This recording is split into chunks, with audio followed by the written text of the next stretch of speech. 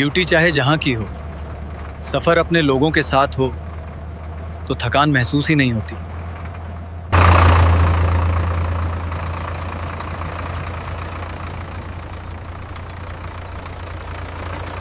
गुरदीप, ऐसे साफ मौसम में सफर भी आसान लगता है। ड्यूटी का बोझ थोड़ा हल्का हो जाता है।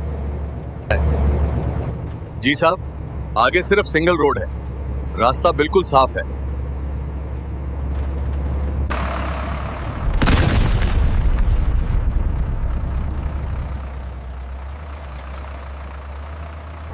साहब, पीछे कुछ हलचल दिख रही है।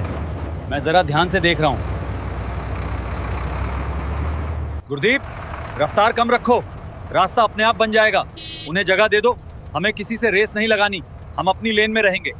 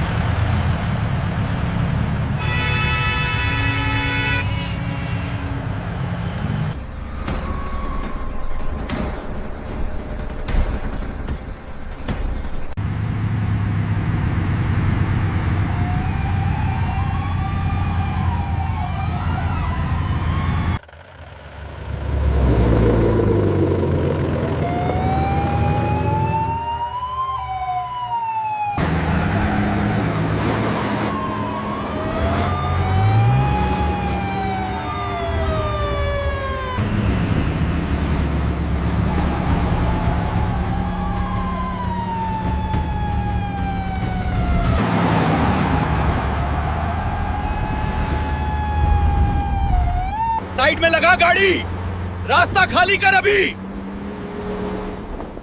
साहब, अब क्या खेत में उतार दूं गाड़ी? पूरी रोड तो खाली पड़ी है, दाहिनी तरफ तो रास्ता बिल्कुल खाली है। शांत रहो गुरदीप, सब्र रखो, हालात हम संभाल लेंगे। गाड़ी आगे बढ़ाओ, किसी की परवाह मत करो। आज इन्हें बताना है कि मैं कौन हूं।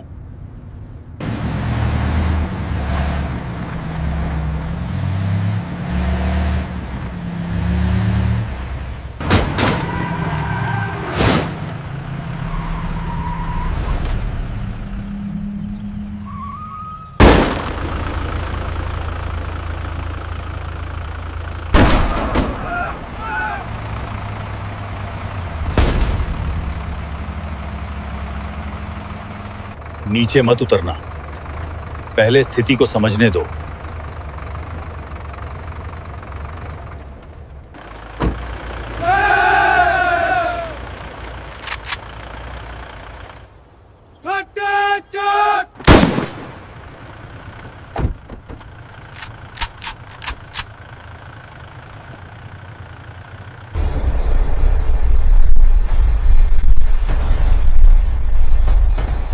दोपहर के करीब 2 बजे का समय था। उत्तर भारत के मैदानी इलाकों में सूरज पूरी तेजी से चमक रहा था, लेकिन हवा में एक हल्की ठंडक अभी भी मौजूद थी। यह एक ग्रामीण इलाका था, जहां दूर दूर तक केवल हरियाली ही दिखाई दे रही थी। रास्ते के दोनों तरफ सरसों और गेहूं के खेत लहलहा रहे थे। पीली सरसों के फूल सूरज की रोशनी में सोने की तरह चमक रहे थे। यह दृश्य इतना सुंदर था कि किसी का भी मन मोह ले, लेकिन इस शांत वातावरण में एक अनुशासित हलचल भी थी। इस संकरे लेकिन पक्के रास्ते पर भारतीय सेना का एक ऑली ग्रीन रंग का 2.5 टन का ट्रक अपनी तय गति से आगे चल रहा था। ट्रक पुराना था, लेकिन उसकी देखभाल इतनी बेहतरीन थी कि वह नए वाहनों को भी मात दे रहा था। ट्रक के इंजन की एक लयबद्ध आवाज थी, जो शोर कम और ताकत का एहसास ज्यादा करा रही थी। ट्रक के अंदर अगली सीट पर कर्नल विक्रम सिंह बैठे थे। कर्नल विक्रम 45 वर्ष के एक फिट और प्रभावशाली अधिकारी थे। उनकी मूछें घनी और तराशी हुई थीं और आंखों में एक ऐसी चमक थी जो वर्षों के अनुभव और अनुशासन से आती है। उन्होंने अपनी बेरेट उतारकर गोद में रखी हुई थी और बाहर के खेतों को देख रहे थे।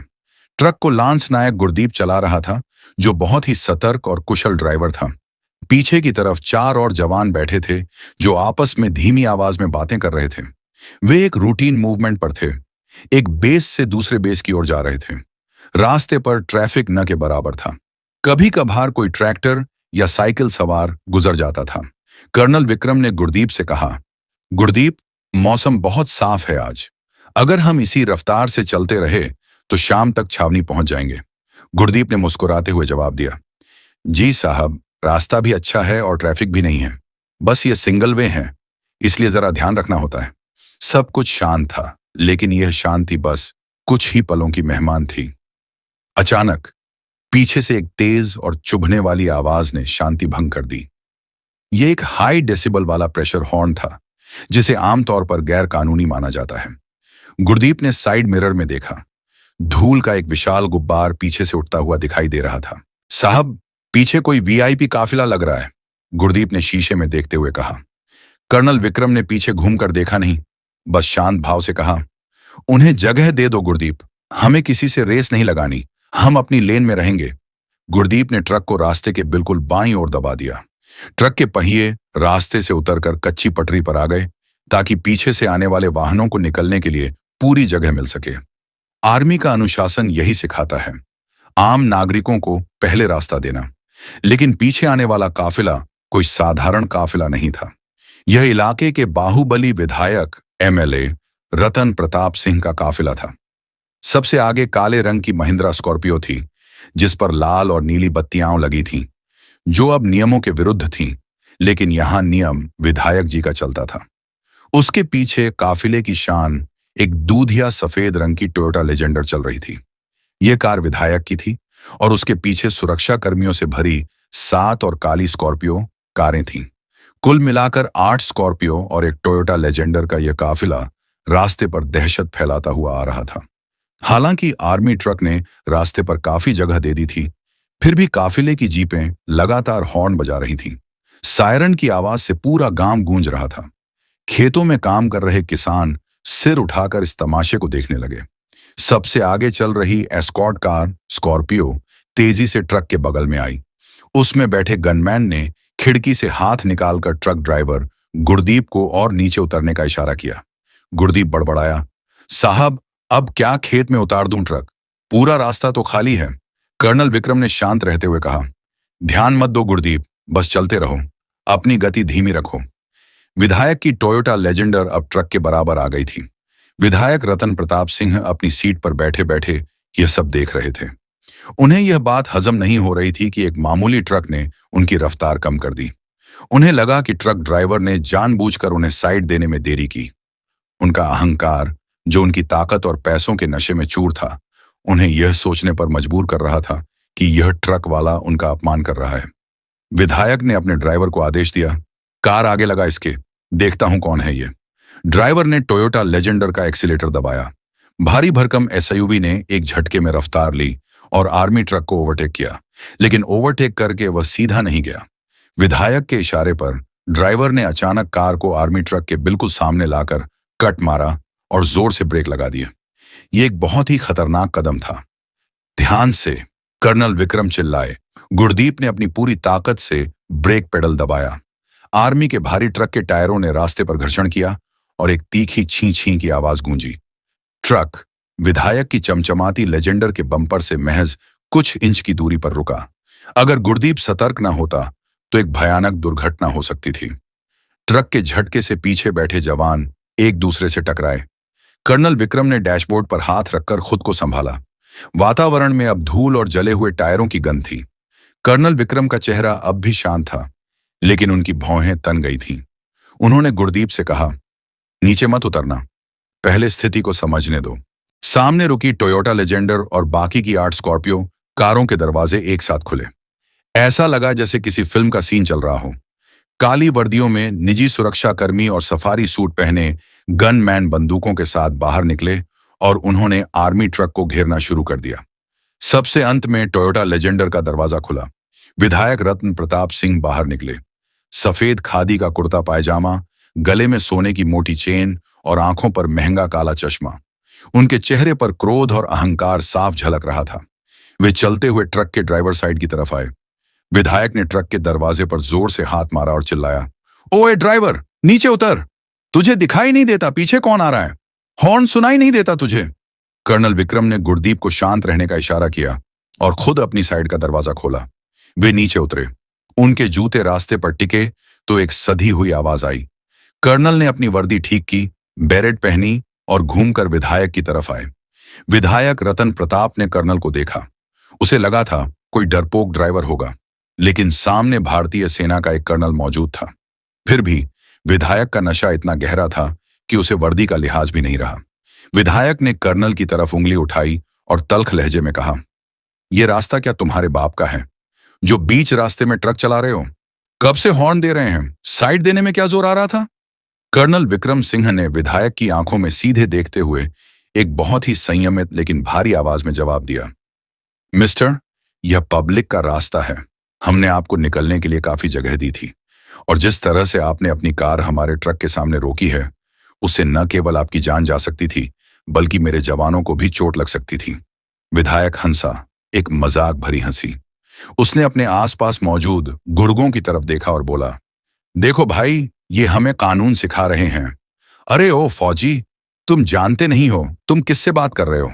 इस इलाके में पत्ता भी मेरी मर्जी से हिलता है और तुम तो बस एक सरकारी नौकर हो। कर्नल ने अपना आपा नहीं खोया।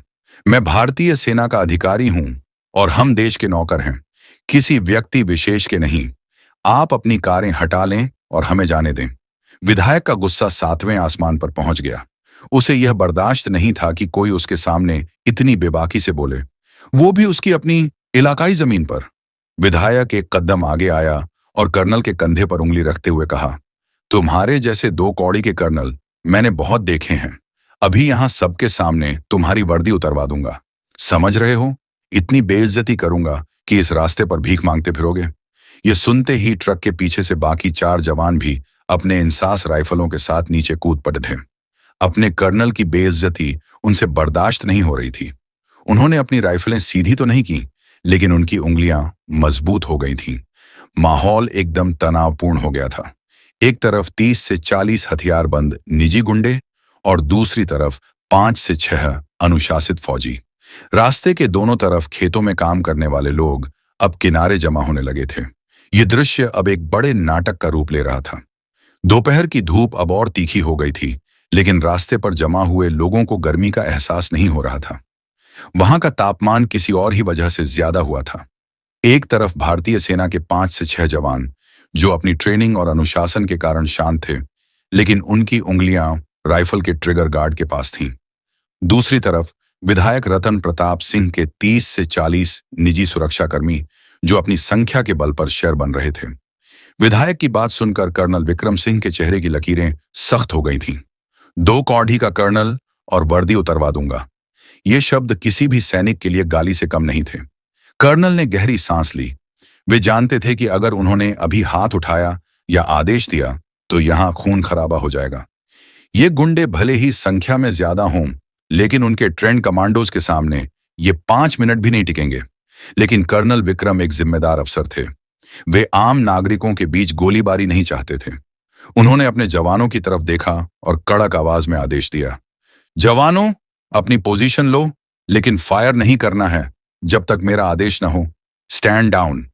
जवानों ने अपने अफसर का आदेश माना, लेकिन उनकी आंखों में विधायक के लिए गुस्सा साफ दिख रहा था। कर्नल की शांति को विधायक ने उनकी कमजोरी समझ लिया। उसे लगा कि फौजी डर गए हैं। वह जोर से हंसा और अपने गुर्गों की तरफ देखकर बोला, देखा, ठंडी पड़ीडी डिहाच गई इनकी गर्मी।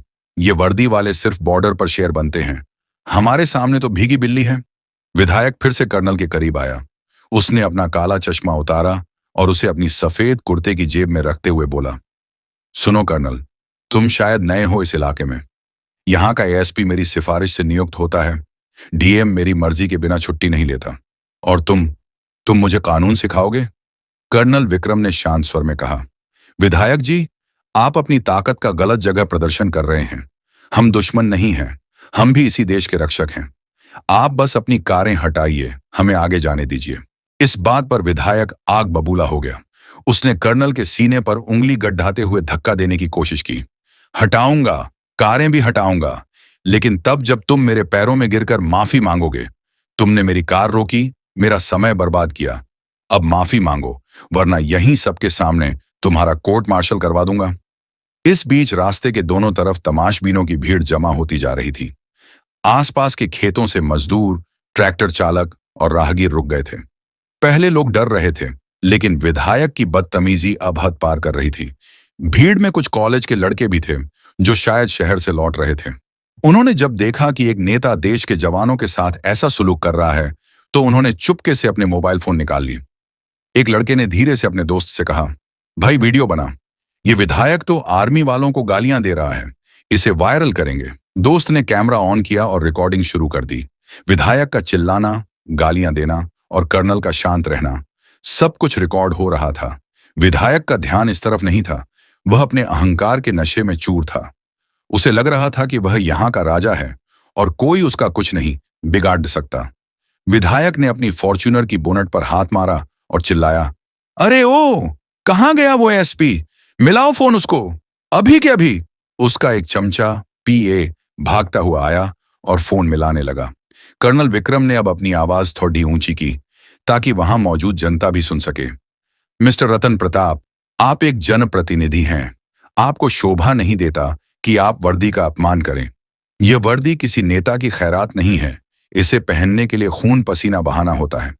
आप जो कर रहे हैं वह भारतीय दंड संहिता आईपीसी और आर्मी एक्ट के तहत संगीन अपराध है। विधायक ने थूकते हुए कहा, कानून में लिखता हूं यहां। अपराध तब होगा जब पुलिस लिखेगी, और पुलिस मेरी जेब में है। विधायक ने फिर एक भद्दी गाली दी। यह गाली सुनकर लांस नायक गुरदीप का सब्र टूट गया। वह आगे आया, साहब बस बहुत हो गया, एक हुक्म दीजिए, इसकी हेकदी अभी निकाल देते हैं। कर्नल ने गुरदीप का हाथ थामकर उसे रोक दिया।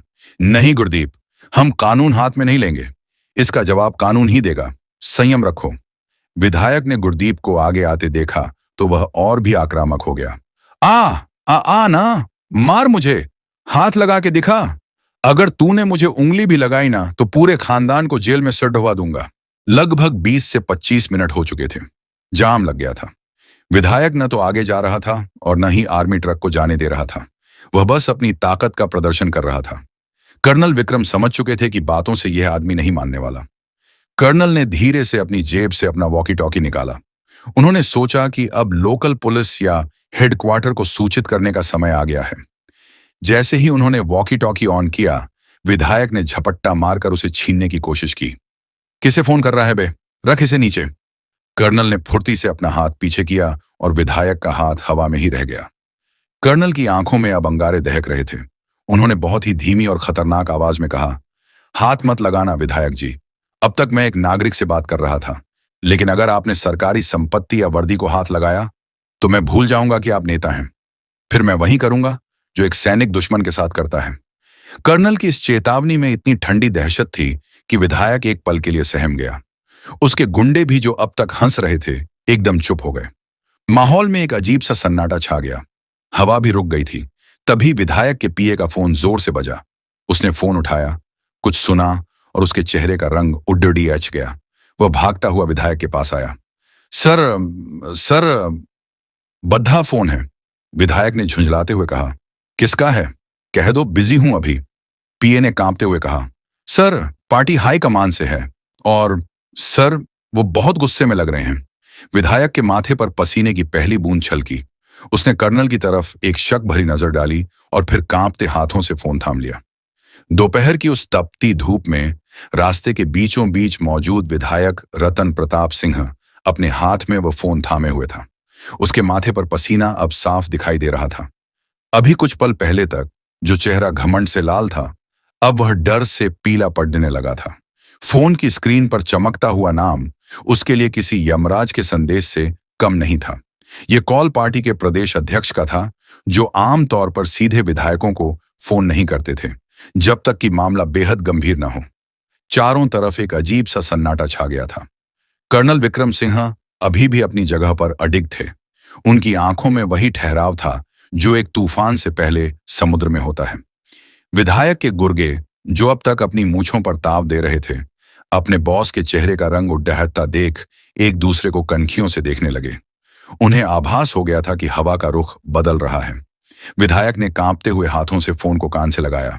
हाँ, हेलो सर, जय हिंद सर। विधायक की आवाज लड़खड़ा रही थी। उधर से आने वाली आवाज इतनी तेज थी कि पास मौजूद पीए को भी सुनाई दे रही थी। वह आवाज गुस्से और हताशा से भरी थी। रतन प्रताप, तुम्हारा दिमाग खराब हो गया है क्या? तुम्हें राजनीति करनी है या गुंडागर्दी? और गुंडागर्दी भी किसके साथ? भारतीय सेना के साथ? विधायक ने सफाई देने की कोशिश की। नहीं सर, वो ट्रक वाला मेरी कार के सामने आ गया था। उसने मेरी बेइज्जती की। सामने से आवाज ने उसकी बात काट दी। चुप रहो, एकदम चुप। अपनी बकवास बंद करो। तुमने अभी तक सोशल मीडिया नहीं देखा है क्या? पूरा ट्विटर और फेसबुक तुम्हारे वीडियो से भरा पड़ा है। किसी ने तुम्हारा वीडियो लाइव कर दिया है वहां से। तुम एक कर्नल को, एक वॉर हीरो को 2 कौड़ी का बोल रहे हो, गालियां दे रहे हो। विधायक के पैरों तले से जमीन खिसक गई। उसने घबराहट में चारों तरफ देखा। भीड़ में मौजूद कई लोग अपने मोबाइल फोन ऊपर किए हुए थे। उसे अब समझ आया कि वह जाल में फंस चुका है। फोन पर आवाज जारी थी। सुनो रतन, दिल्ली तक बात पहुंच गई है। रक्षा मंत्रालय से सीधे पीएमओ तक इंक्वायरी जा चुकी है। टीवी न्यूज वाले इस खबर को ब्रेकिंग न्यूज बना रहे हैं। विधायक का अहंकार बनाम सेना का सम्मान। पार्टी की बदनामी हो रही है तुम्हारी वजह से। ऊपर से ऑर्डर आया है, अगर अगले 10 मिनट में मामला शांत नहीं हुआ और प्रशासन ने रिपोर्ट नहीं भेजी तो तुम्हारा टिकट तो कटेगा ही, जेल भी जाओगे। सर, मैं क्या करूं? मुझे बचाइए, विधायक ने प्रार्थना की। अब हम कुछ नहीं कर सकते। डीएम और एसपी रास्ते में हैं। जो वो कहें चुपचाप मान लेना। और हाँ, उस कर्नल से उलझने की अब एक और गलती मत करना, वरना पार्टी तुम्हें पहचानने से भी इनकार कर देगी। फोन कट गया। विधायक के हाथ से फोन लगभग छूटने ही वाला था। टूटी टूटी आवाज, टिकट कटेगा, जेल, उसके कानों में गूंज रहा था। जिस समय विधायक रास्ते पर कर्नल को धमका रहा था, उसी समय वह वीडियो इंटरनेट की दुनिया में आग की तरह फैल चुका था। वीडियो का शीर्षक था, घमंडी विधायक ने की सेना के कर्नल से बदतमीजी, दी वर्दी उतरवाने की धमकी। यह वीडियो जंगल की आग से भी तेज फैला। रिटायर्ड जनरलों ने ट्वीट कर लिखा, यह देश के रक्षकों का अपमान है। ऐसे नेताओं पर देशद्रोह का मुकदमा चलना चाहिए। आम जनता के कमेंट्स की भरमार हो गई थी। लोग विधायक की गिरफ्तारी की मांग कर रहे थे। न्यूज चैनल्स ने अपनी स्क्रीन पर 2 विंडो खोल दी थी। एक तरफ विधायक का पुराना भाषण और दूसरी तरफ यह वीडियो जहां वह गालियां दे रहा था। एंकर चिल्ला चिल्ला कर पूछ रहे थे, क्या खादी को वर्दी के अपमान का हक है? दबाव इतना ज्यादा हो गया था कि राज्य के मुख्यमंत्री को खुद संज्ञान लेना पड़ा। उन्होंने तुरंत डीजीपी और चीफ सेक्रेटरी को बुलाया और सख्त आदेश दिए, कानून सबके लिए बराबर है, चाहे वो हमारा विधायक ही क्यों ना हो। अगर सेना का अपमान हुआ है तो सख्त कार्रवाई होनी चाहिए। वापस रास्ते पर विधायक रतन प्रताप की हालत पतली थी। उसका नशा पूरी तरह उतर चुका था। वह कर्नल विक्रम की तरफ देखने की हिम्मत नहीं जुटा पा रहा था। कर्नल विक्रम, जो बहुत ही चतुर और अनुभवी थे, विधायक के चेहरे के भाव समझ चुके थे। वे समझ गए थे कि ऊपर से डंडा चल चुका है। कर्नल ने अपनी गंभीर आवाज में पूछा, क्या हुआ विधायक जी? कोई परेशानी? अभी तो आप मेरी वर्दी उतरवा रहे थे। फोन पर वर्दी उतर गई क्या? यह तंज विधायक को तीर की तरह चुभा, लेकिन अब उसमें पलटकर जवाब देने की हिम्मत नहीं थी। वह बस अपनी लेजेंडर की तरफ पीछे हटा। उसने अपने गनमैन से कहा, कार साइड में लगाओ, चलो यहां से। लेकिन अब बहुत देर हो चुकी थी। दूर से फिर सायरन की आवाज आई, लेकिन इस बार यह किसी वीआईपी काफिले का हूटर नहीं था। यह पुलिस और प्रशासन के सख्त सायरन थे। रास्ते के दोनों छोर से धूल उड़ाती हुई पुलिस की जीपें आ रही थीं। एक तरफ से जिले के एसएसपी की टाटा सफारी और दूसरी तरफ से डीएम की कार। उनके पीछे पुलिस की वैन थीं, जिनमें से दर्जनों पुलिस वाले लाठियां और हथियार लेकर कूद पड़े। भीड़ इधर उधर हो गई। पुलिस ने आते ही रास्ते को कोर्डन ऑफ कर दिया। विधायक के निजी सुरक्षाकर्मी, जो कुछ देर पहले तक शेर बने हुए थे, पुलिस को इतनी बढ़ी तादाद में देखकर अपनी बंदूकें छिपाने लगे और पीछे हटने लगे। डीएम, एक युवा आईएएस अधिकारी, अपनी कार से उतरे। उनके साथ एसएएसपी, एक कड़ीडीडीएच के आईपीएस अधिकारी भी थे। दोनों अधिकारियों के चेहरे पर तनाव और गंभीरता थी। वे सीधे घटनास्थल पर पहुंचे। विधायक रतन प्रताप को लगा कि अब प्रशासन आ गया है तो शायद कोई बीच बचाव हो जाएगा। वह बनावटी मुस्कान लेकर आगे आया। अरे डीएम साहब, आइए आइए, देखिए ना, ये आर्मी वाले कब से रास्ता जाम करके मौजूद हैं, मुझे जाने भी नहीं। डीएम ने विधायक की तरफ देखा तक नहीं। उन्होंने विधायक को पूरी तरह से अनदेखा कर दिया और सीधे कर्नल विक्रम सिंह के पास गए। डीएम और एसएसपी दोनों ने एडीएम, जोधी और कर्नल को एक स्मार्ट सैल्यूट किया। Good afternoon colonel sir, IENNM sorry for the inconvenience, असुविधा के लिए माफी चाहते हैं, डीएम ने बहुत ही सम्मान के साथ कहा। कर्नल विक्रम ने प्रति सैल्यूट किया और हाथ मिलाया। थैंक यू डीएम साहब, मुझे खुशी है कि आप लोग समय पर आ गए। यह दृश्य विधायक के लिए किसी तमाचे से कम नहीं था। जिले का डीएम, जो विधायक के ऑफिस में फाइलें लेकर मौजूद रहता था, आज भरी पब्लिक और रास्ते पर उसे इग्नोर करके एक ट्रक वाले को सैल्यूट कर रहा था। विधायक से रहा नहीं गया। वह बीच में बोल पड़े, डिढ़ा, डीएम साहब, आप प्रोटोकॉल भूल रहे हैं। मैं यहां का जनप्रतिनिधि हूं। आप मेरी शिकायत सुनने की बजाय। एसएसपी ने घूमकर विधायक की तरफ देखा। उनकी आंखों में अब कोई लिहाज नहीं था। मिस्टर रतन प्रताप, एसएसपी ने बिना जी या सर लगाए कहा, प्रोटोकॉल की बात आप नहीं करें तो बेहतर है।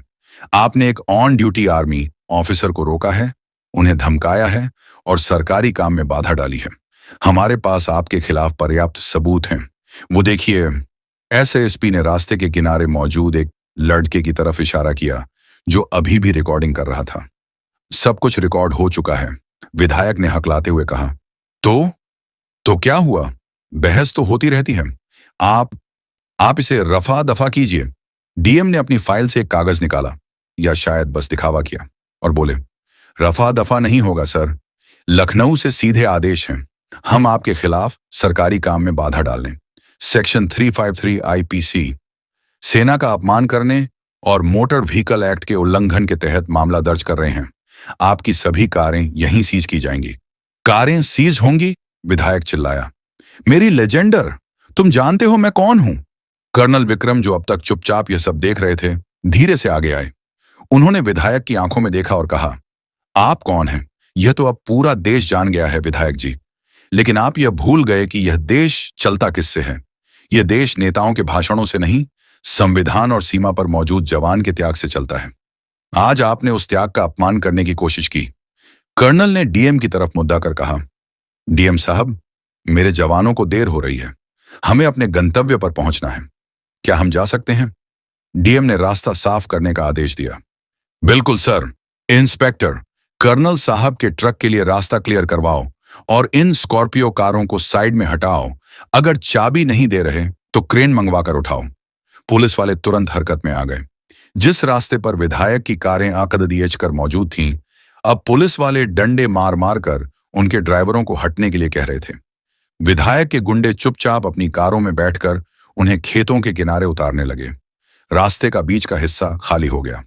कर्नल विक्रम सिंह ने डीएम और एसएसपी को धन्यवाद दिया। फिर वे अपनी ट्रक की तरफ गए। विधायक रतन प्रताप सिंह वहीं मौजूद रह गया, अकेला, बेबस और अपमानित। उसकी 8 कारों का काफिला अब धूल फांक रहा था और जिस आर्मी ट्रक को वह रोकना चाहता था वह अब जाने के लिए तैयार था। लेकिन कहानी अभी खत्म नहीं हुई थी। असली अंत तो अभी बाकी था। विधायक को लगा था कि शायद एफआईआर होकर बात खत्म हो जाएगी, लेकिन उसे अंदाजा नहीं था कि उसके राजनीतिक करियर का सूरज अब डूबने वाला था। ट्रक का इंजन फिर से गूंजा। गुरदीप ने गियर डाला। जैसे ही ट्रक विधायक के पास से गुजरा, विधायक ने नजरें झुका ली। उसे अब उस कर्नल की आंखों का सामना करने की हिम्मत नहीं थी। ट्रक के पीछे उड़ती धूल में विधायक की छवि धुंधली होती जा रही थी, ठीक वैसे ही जैसे उसका राजनीतिक भविष्य धुंधला हो रहा था। धूल के गुब्बार के बीच आर्मी का वह पुराना लेकिन मजबूत ट्रक धीरे धीरे आगे चला गया। ट्रक के पीछे लहराता हुआ छोटा सा तिरंगा झंडा मानो विधायक और उसकी पूरी सत्ता को ललकार रहा था। कर्नल विक्रम सिंह ने पीछे घूमकर नहीं देखा। एक सच्चे सैनिक के लिए जो बीत गया वह बीत गया। उसका ध्यान हमेशा आगे के मिशन पर होता है। विधायक ने प्रार्थना करते हुए कहा, सर, मुझे माफी दे दीजिए, एक मौका दीजिए, मैं माफी मांग लूंगा। सचिव ने बात जारी रखी। बहुत देर हो चुकी है। आपको तत्काल प्रभाव से पार्टी की प्राथमिक सदस्यता से निलंबित, सस्पेंड किया जाता है और अगले चुनाव में आपको टिकट नहीं दिया जाएगा। पार्टी ने आपसे पल्ला हटा लिया है। अब आप अपने कानूनी मामलों से खुद निपटें। जय हिंद। फोन कट गया। विधायक रतन प्रताप सिंह, जो सुबह तक इस इलाके का बेताज बादशाह था, अब एक आम आदमी से भी गया गुजरा हो चुका था। उसके हाथ से सत्ता, पार्टी का साथ और भविष्य का चुनाव, सब कुछ रेत की तरह फिसल गया था। अगले कुछ दिनों में जो हुआ वह उस इलाके के इतिहास में कभी नहीं हुआ था। पुलिस ने विधायक के खिलाफ चार्जशीट दाखिल की। उसे कोर्ट में पेश होना पड़ा। जिस कोर्ट में वह जजों को फोन करके फैसले बदलवाता था, आज उसी कोर्ट के कटघरे में उसे मौजूद होना पड़ा। जज ने उसे जमानत देने से भी मना कर दिया और उसे न्यायिक हिरासत, जुडिशियल कस्टडी में भेज दिया गया। उसकी कारें जब्त कर ली गईं। उसके गनमैन का लाइसेंस रद्द कर दिया गया। जिस 2 कौंधी की बात उसने कर्नल से की थी, आज उसकी खुद की साख 2 कौंधी की नहीं रही थी। लगभग 1 महीने बाद वही रास्ता, वही खेत, वही मौसम। कर्नल विक्रम सिंह उसी रास्ते से वापस अपनी यूनिट लौट रहे थे। इस बार वह अपनी पर्सनल जिप्सी में थे। जब उनकी कार उस जगह से गुजरी जहां वह घटना हुई थी, तो कर्नल ने देखा कि वहां एक छोटा सा बोर्ड लगा दिया गया है। बोर्ड पर लिखा था, जय जवान जय किसान मार्ग। गांव वालों ने उस घटना की याद में उस रास्ते का नाम ही बदल दिया था। कर्नल की कार वहां रुकी। पास ही खेत में काम कर रहा एक बुजुर्ग किसान भागता हुआ आया। उसने कर्नल को पहचाना और हाथ जोड़कर कहा, साहब, उस दिन आपने जो किया उसने हमारी आंखें खोल दी। हमें लगा था कि नेताओं के सामने कोई नहीं बोल सकता, लेकिन आपकी वर्दी ने हमें सिखा दिया कि सच्चा राजा वो नहीं जो डराता है, बल्कि वो है जो देश की रक्षा करता है। कर्नल विक्रम मुस्कुराए। उन्होंने बुजुर्ग का हाथ थामते हुए कहा, बाबा, यह वर्दी हमें डराना नहीं, बस अपने हक के लिए मौजूद होना सिखाती है। जब तक हम और आप साथ हैं, कोई भी बाहुबली इस देश के कानून से बद्धा नहीं हो सकता। कर्नल ने सैल्यूट किया और आगे चले गए। विधायक रतन प्रताप सिंह आज भी अपनी जमानत के लिए कोर्ट के चक्कर काट रहे हैं। उनकी राजनीति खत्म हो चुकी है और कर्नल विक्रम सिंह, वह आज भी सीमा पर कहीं तैनात हैं, खामोशी से अपना फर्ज निभा रहे हैं। दोस्तों, मेरा अनुभव यह कहता है कि पद और कुर्सी तो किराए की होती है, आज है, कल नहीं होगी, लेकिन आपका व्यवहार और आपका चरित्र, वो आपकी अपनी कमाई है। दोस्तों, पद चला जाता है, ताकत छिन जाती है, लेकिन इंसान का चरित्र हमेशा उसके साथ रहता है। अगर आप भी मेरे इन विचारों से सहमत हैं, तो वीडियो को लाइक कीजिए और ऐसे ही सच्चे और जरूरी संदेशों के लिए चैनल को सब्सक्राइब जरूर कीजिए।